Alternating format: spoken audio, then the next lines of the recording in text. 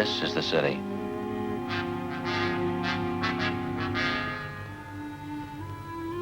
One of the biggest in the United States.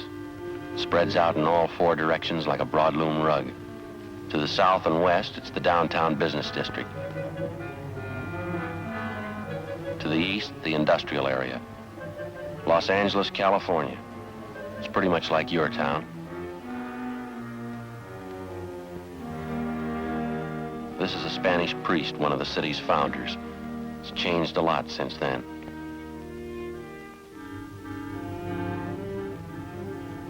It's got high-tension wires bringing in the power and bus lines to get you where you're going. It's got railroads and freight yards.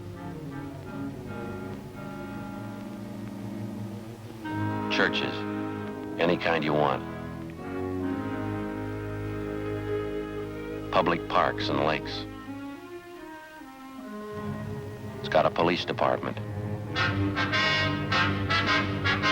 And a city hall. This is where I work. I'm a cop.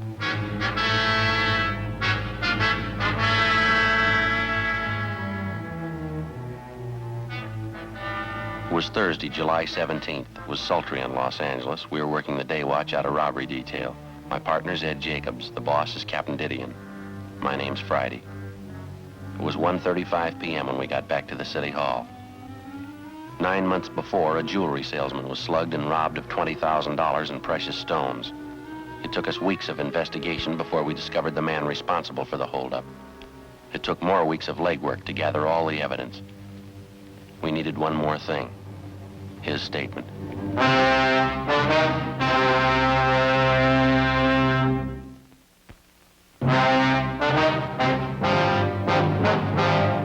Ed, you want to call the captain? He said he'd be in the corner pocket. Yeah, fine. I'd still like to know what this is all about, Sergeant, dragging me down here in the middle of the Captain, day. You want to hold it a minute, Garvey? Yeah, thanks. Hi, Skipper, this is Jacobs. We just got back. Yeah. All of them? Good. Right, we're in your office. Yeah, thanks. The others check in all right? Yeah, just got back.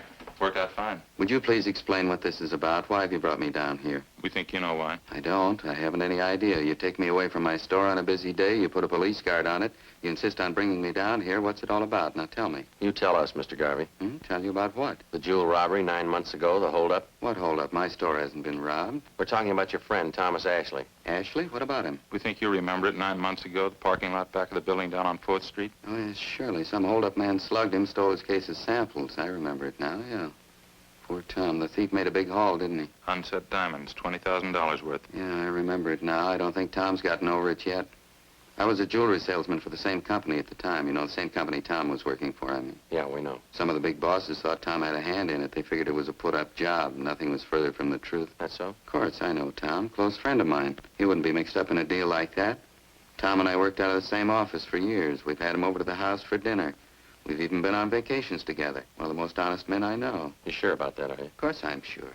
Say, that isn't why you called me down here, is it? You don't think Tom had anything to do with that robbery, do you? You don't think he was in on it? He had nothing to do with it. Think you know that as well as we do. Then why am I here? There's nothing I can tell you about the holdup, only what I heard from Tom, what I read in the newspapers. Now, you can tell us a lot more, Garvey. We didn't bring you down here just to pass the time of day. Tom was slugged and his sample case of stones was taken. That's all I can tell you. You're a liar, mister. What? You engineered the whole thing. We know it, and so do you. Is this some kind of a joke? If it is, I think it's in bad taste. It's a long way from a joke, Garvey. You planned the job, you got the loot. We can give you chapter and verse. I really think you're serious. You think I robbed Tom? We got it past the thinking stage, Garvey. We already told you. We know you robbed him. Now, wait a minute. This thing's ridiculous. The whole idea is ridiculous. I don't know who gave you the so-called information on me, but it's wrong. Nothing further from the truth. Nobody gave us the information. We got it ourselves. You're really serious, are you? I robbed Tom, and you can prove I did. You're getting the idea. I don't know what to say. It's fantastic. I robbed my best friend, Tom Ashley, 9 months ago. I have $20,000 worth of diamonds, and you can prove it. Every bit of it. What about it? I think you're out of your mind. My name is Ernest George Garvey. Are you sure I'm the man you want? There couldn't be a mistake. There's no mistake. This thing would be funny if I didn't think you were serious. Let me ask you just one question. Maybe that'll clear it up for you. Yeah? If I held up Tom Ashley, how is it he didn't recognize me? You know better than that, Garvey. What? You didn't hold up Tom Ashley yourself. You had someone do it for you. Oh, cloak and dagger, huh? I'm afraid this is getting a little too wild for me, Sergeant. Maybe you can waste your time making ridiculous charges. I can't. I'm going back to my store. It's a weak bluff, mister. It's not going to do it. Excuse me. Are you sure you two men haven't been drinking? Sit down, Garvey. I told you I'm going back to my Sit store. down. You have no right to keep me here. Ridiculous charges. You think I'm one of those cheap hoodlums you're used to dealing with? Now, come off it, mister. You got a $5,000 car and a $40,000 home. That doesn't rate you a special treatment. You're a thief. You know it as well as we do. I don't have to take this from you. You haven't got much choice, mister. We just finished 5 months legwork proving it. Proving what? Sit down. You engineered that holdup. We know who you got to do it. We know how it was carried out. We know how you planned on disposing of the diamonds. We know who your fence was. We know what the split was. We know what you did with part of the money. We know how much you got left. Is that right? Yeah, that's right. What can I say? I don't even know what you're talking about. Any way you want it, Mr. Garvey. Maybe you'd like to tell me why I did all this. You know it better than we do. No, I mean it. Tell me. You weren't making enough money at your job to suit yourself, suit your wife either. It's pretty good. Marilyn get a big kick out of that. All right, mister. We can wait it out as long as you want. We spent 9 months on it already. Another few days aren't going to make that much difference. Just as a matter of curiosity, how'd you first start off on this tangent? Whatever gave you an idea that I had anything to do with the holdup? When you started to spend money, new car, new office for yourself, new fur coat for your wife, transferred your 2 children to that private school. That makes a holdup man out of me because I wanted to send my kids to a better school? Where'd the money come from? Can you explain that? Don't you think that's my business, Sergeant? Where I get my money, what I do with it? Not when you get it stealing. I'm afraid you're going just a little too far. You insist I'm a thief, I'm going to insist you prove it. All right, have a look over here, Mr. Garvey. Yes? Some of the reports in the investigation, reams of them. They cover everything from the time of the jewel robbery up to late yesterday. Now, it's all right there. Everything from the crime report to signed statements. How could that concern me? 3/4 of the stuff concerns you. Have a look for yourself. I still can't get it straight in my mind. What makes you think I had anything to do with that robbery? Do you know what this is, Garvey, this machine here? No, some kind of recording apparatus. That's right, it's a tape recorder. You've been taking down this conversation. Why? No, not this one. We've been recording every conversation that took place in your office for the past 4 months, every word. What do you mean? Just that, Garvey. Every time you talked on the phone, every visitor you had, it's all down on tape. 25 reels of it. Interesting. Is that supposed to frighten me? We don't care if it frightens you or not. Something else. Yes? Reports on what you've been doing for the last 4 months. Daily reports, every movement you made. Is that so? Everywhere you went, everyone you talked to, everything you did. You like to hear a sample? This must be some kind of a joke. That's the only explanation I can think of. May 12th, Thursday. Sergeants Bitteroff and Rafferty. Those are the 2 officers that were tailing you at the time. You checked in at your new office at 9:38 a.m. At 10:03 a.m., you had a visitor, a Kenneth Tyson. You talked to him in your office. The conversation's recorded. Tyson left at 10:18 a.m. At 10:32 a.m., you left your office. If you're trying to impress me, I'm afraid it isn't working out very well. Care for a cigarette, Garvey? Well, thanks, I have my own. All right. I've wasted enough time. Exactly what's the point of all this? It's pretty simple. You're responsible for a robbery. We can prove it. We're giving you a chance to make a statement. It's nonsense. Is it? Of course. People following me, checking everything I do, where I spend my money, where I send my kids to school. What's it all about? It doesn't make sense. Okay, Garvey, we've said it before. We can wait it out as long as you want. Look, let's get this thing straight. Let's go back to the beginning and take it step by step. Okay, fine. The holdup was last fall, wasn't it? Sometime in October? October 7th, Monday, 5:20 in the afternoon. All right, now just what am I supposed to have done? None of your vague references about a new coat for my wife or where I send my kids to school. Let's have some facts. Joe? All right, Garvey. You went to work as a jewelry salesman for the company 10 years ago. Your friend Tom Ashley, the victim, started the same year. The 2 of you have been pretty close friends. That's right, I told you that. We'll skip the rest of your background for now. 2 weeks before the robbery on September 24th, you had a meeting with a Kenneth Tyson. You met him in a cafeteria on South Broadway. Tyson's 19 years old. He lives with an older sister. He works in a gas station on Olympic Boulevard.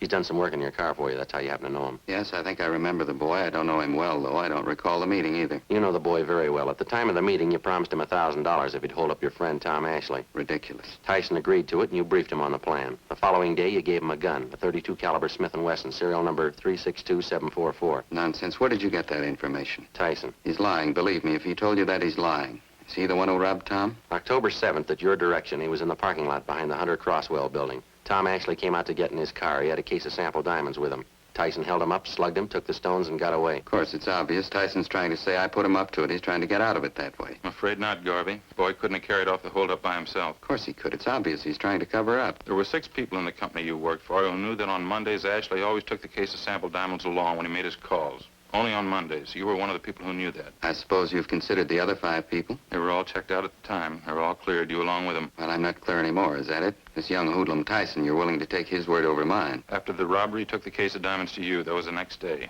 You paid him $500 and promised him the other $500 when you got rid of the stone. Oh, I suppose I've gotten rid of them, or do I still have them? Which? 2 months after the holdup, you contacted a fence up in San Francisco. You drove up there and sold him some of the stones. He broke them up, and then he sold them. We know who he sold them to. We know what he got for them. This Spence, he's supposed to be another good friend of mine? You're still doing business with him. His name's Fred Lawrence. It's a new one on me. I don't know any Fred Lawrence. Can't even recall the name. Maybe this will help you, Garvey. Listen to him on the tape recorder. What's all this about? Phone conversation, Garvey. One of the things we recorded from your office. Let's see, this one was on March 18th. I always thought wiretapping was against the law, or do you pay any attention to that? We didn't tap your telephone line. We recorded everything from dictagraphs we installed in your store and back in your office. They started recording the day you moved in. That was March the 1st, wasn't it? I don't know why you're telling me I can sue you for that, you know. I can sue you for your last dollar. All we're concerned with right now is Fred Lawrence. You say you don't know him. I'd like to have you listen to this, recorded March 18th in your office. All right?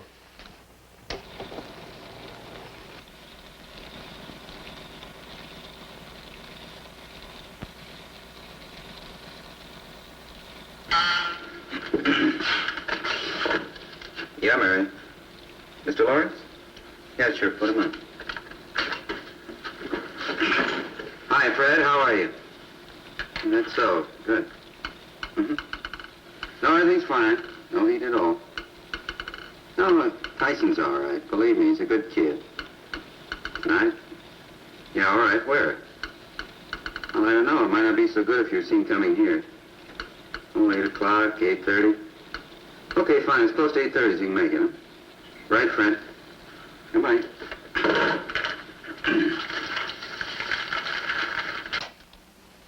You recognize that, Garvey? Garvey?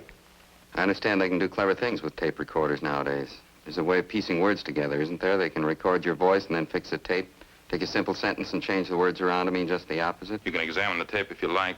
We didn't make a splice in it. All you'll find in it are the usual factory splices, just the way it came from the manufacturer. What difference does it make anyway? Nothing criminal about that conversation, nothing at all. You told us a few minutes ago you didn't know Fred Lawrence. You never heard of him. On that recording, sounds like you know him pretty well. It's a fairly common name, wouldn't you say? Must be quite a few Fred Lawrences. I didn't happen to remember the name right off. How about Tyson? What? Tyson. You told us you didn't know him well at all. I don't. Didn't sound that way on the tape. You were telling Lawrence he was all right. You said, believe me, he's a good kid.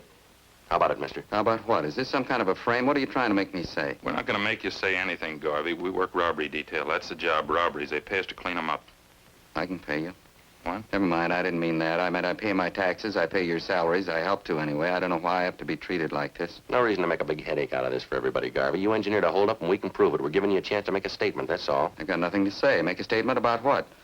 All you're going on is hearsay, circumstantial evidence. You can't say I planned that robbery. You admit you know Tyson. You know him well. I don't. I admit nothing. What about the phone conversation? It's a fake. They phony those things up all the time. You know it as well as I do. You admitted you know Fred Lawrence. We proved that on the recording. I admit nothing. You don't even know Tyson. Is that what you want to say? I know him, that's all. He worked on my car a couple of times. I don't know him well. I'd like to play you another recording, Garvey. Waste of time. I haven't got the whole day to spend here. I've got to get back to my store. I've got a business to operate. Won't take very long. Here we are, April 5th.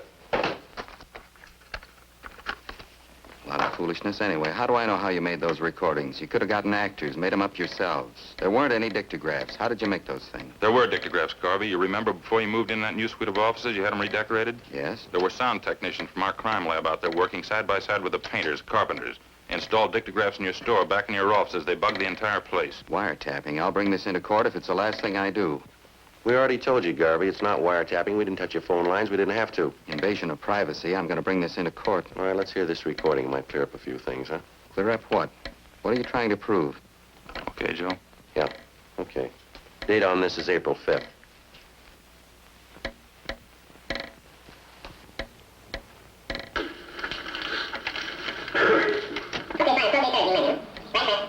Come on in, sit down. Okay, thanks. Well, how have you been anyway? Pretty good. I'm trying to get a hold of you the last week or so. Hard to do. You're not in very much. Yeah, pretty busy, Ken. That time of year, you know. Keeps you going. Well, I don't want to waste any time. I'd like to know how the deal's working out, though. Going back east to Albany next month. I'd like to get the rest of my money if I could. Just like I told you the last time, Ken. I'm sending the stuff north. I hope here in a couple of days.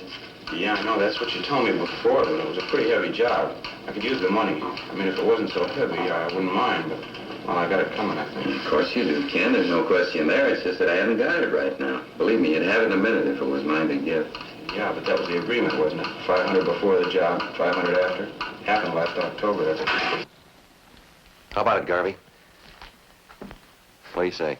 Ridiculous, that's all. Obvious fake. You can look at the tape if you like, inspect it. You can check every one of those 25 reels. We'll play them for you if you want. Fakes, bad ones at that. Now, look, I'll give you both a chance. Either you book me in on a charge or else release me. You try booking me in and I'll sue you for false arrest. I'll break you. I'll sue you blind. I promise you that. Yeah. Release me and I'll get back to work. I'll forget all about it. Now you name it which one. Book me in or release me. That's fair enough. You're giving us a choice. You bet it's fair. You could get in a lot of hot water. Now it's up to you. Which one? You ran a bad bluff, mister. What? We're booking you in.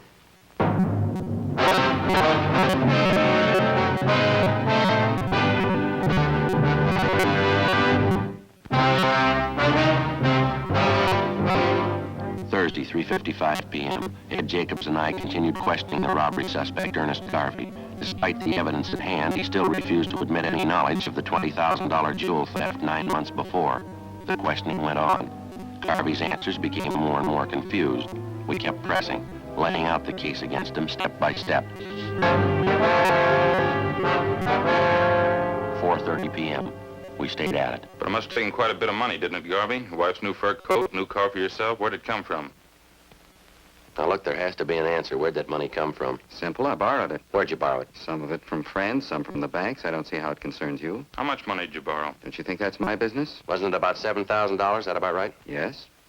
No, it was more. What's the difference? It's my business. Complete financial file on you, Garvey. Took us quite a few weeks getting it together. A lot of work. You must like snooping in other people's affairs. No, not especially. It's pretty dull. Here's a copy of your bank statement from the California banks. Photostat. Doesn't make much sense here. What do you mean? Well, we checked your income for that month. Amounted to $620.18. Now, how was that possible? For your information, I made a loan that month. That's probably some of the loan money I deposited. I'd quit my old job that time. I was going in business for myself.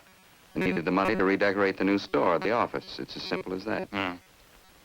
Photostat your loan papers right here. Loan was for $2,000. Yes? A month before, February, you borrowed from another bank. Let's see. That was for $3,000. And another one in April, too. That was for $1,500, different bank again. Yes, that's right. Do we have to go over this line by line? In 3 months, you made bank loans for $6,500. Now, besides that, in the same 3 months, you earned a total of $1,713.88. Now, together, that makes $8,213.88. What's the point? Copies of your bank statements, Garvey. You have 5 different savings accounts in 5 different banks. How do you explain that? Garvey, any explanation? It's almost 5 o'clock. Can I use the phone? I have to call my wife, let her know. All right. You'll have to listen in on the extension. The conversation will be monitored. Go ahead, I don't care. Okay. You dial 9 to get an outside line. Oh, yeah.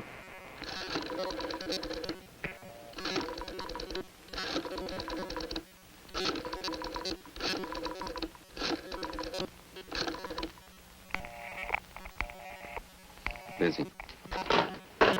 Photostats there if you want to examine them, Garvey. I see them. Well, you want to give us an explanation? You only had $8,200. How could you bank $11,000? It had to come from somewhere. Purely a personal matter, that's all. I borrowed $3,000 from a brother of mine, lives back in Minnesota. You'd already made 3 loans. Why'd you have to borrow from your brother? You mind telling us? Yes, as a matter of fact, I do mind. Well, it still doesn't balance the books, Garvey. You earned and borrowed $8,200. You got another $3,000 from your brothers, you say. That's $11,200. You banked $11,000. Yes, that's right. You always have to repeat. That'd leave you with $200. Did you and your family live for 3 months on $200? Why not? That could easily be. A lot of people do it. Yes, sir, but not your family. I'm getting sick and tired of this. You trying to tell me you know my family better than I do, what they eat, what they spend, what it takes to support them? We've been on this thing for 9 months, Garvey. We've put in a lot of hours. We know your family pretty well. If you like, I'll tell you the last time you ordered steak from the meat market, when you paid your gas bill, the last time your wife bought a pair of shoes. I guess this is standard procedure for you, threatening people. We're not threatening you, Garvey. We're giving you facts. Another file here. It took us over a month to get this one together. Complete record of your expenses from February 1st. Covers February, March, April, May, and June. I hope the police department has a good lawyer, Sergeant. You've got fair warning. I'm going to sue you for your last dollar. Now, you say you and your family lived 3 months on $200. That doesn't jibe with what we've got. You can take a look here if you want to. It's all there. Lies, forgeries, it's all lies. I promise you're going to regret this. There's a photostat here of the receipt for your wife's coat, Garvey. $1,612.34. That includes the tax paid in full. Photostat of the contract for your new car. Down payment, $2,000. Liquor bill for the big party you threw in March 20th. Liquor bill, $387. There's a catering bill here, $194.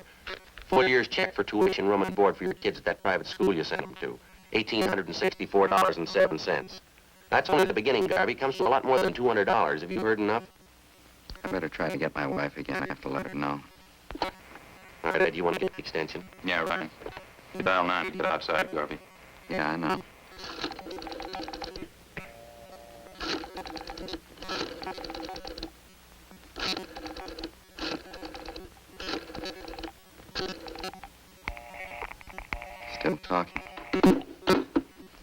I'm trying to gather, stupid. Now, wait a couple of minutes. You'll get through. Gabbing on the phone all day long, gab on the phone and play cards. It's all she ever does. I've got some more figures for you here, Garvey. Be a good idea if you hear them.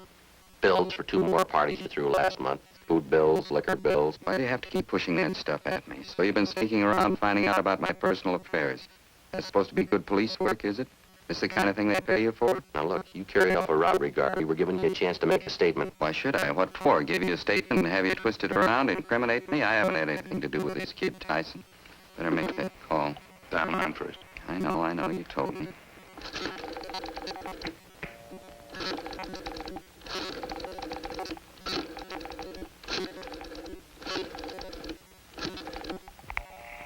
What's wrong, Garvey? What's the matter with her, stupid? She ought to know I'm trying to get her, stupid. Down line. I know.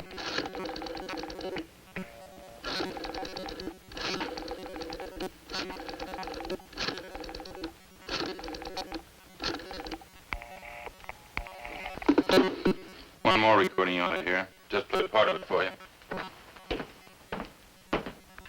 I don't want to hear it. I'll play just a piece of it. Think you ought to hear it. That the one from May 10th, is that it? Yeah, uh-huh.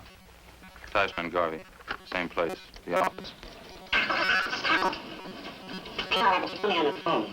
You'd have the dough for me today. Now, wait a minute, Tyson. I didn't say that at all. I said maybe I'd have it for you. I didn't say definitely. Look, I can't give you what I haven't got. I want the 500, Garvey. I need it. I stuck my neck out on a robbery job. I get 5 to life if the cops got me. You'd be clear. Now, take it easy, will you? Can't Take it easy now. Well, it couldn't be any plainer. What do you say? In a minute, just a minute.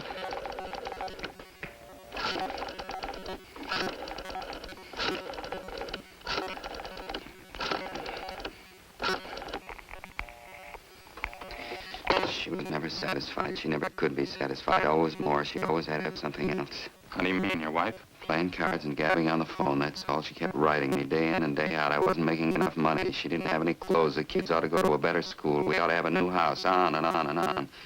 I ought to go in business for myself, make money, lots of money, same thing all the time. Talk, talk, talk. There's only so much you can take. You figured the robbery would solve the problem, is that it? I guess so. I'd have tried anything just to shut her up, get her off my back for a while.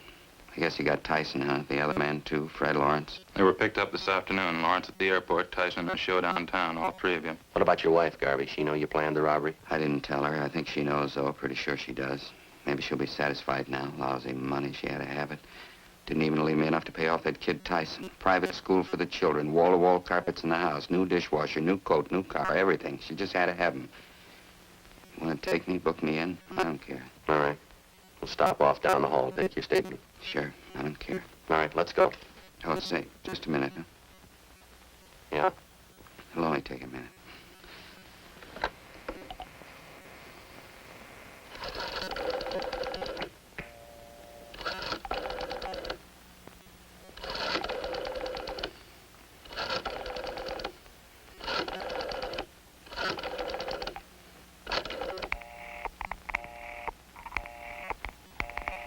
Yeah. That's what I figured.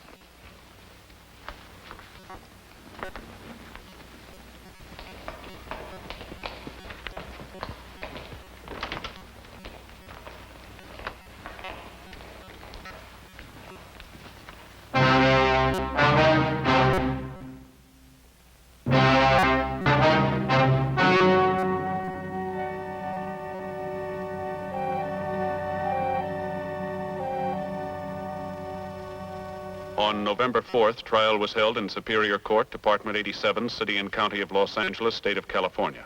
In a moment, the results of that trial.